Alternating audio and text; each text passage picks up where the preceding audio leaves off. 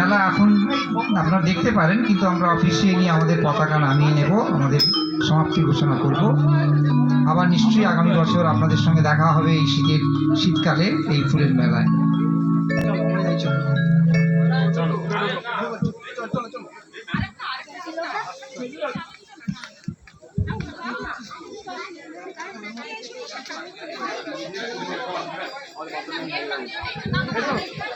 এই দুজনেই নাও না, দুজনেই নাও না।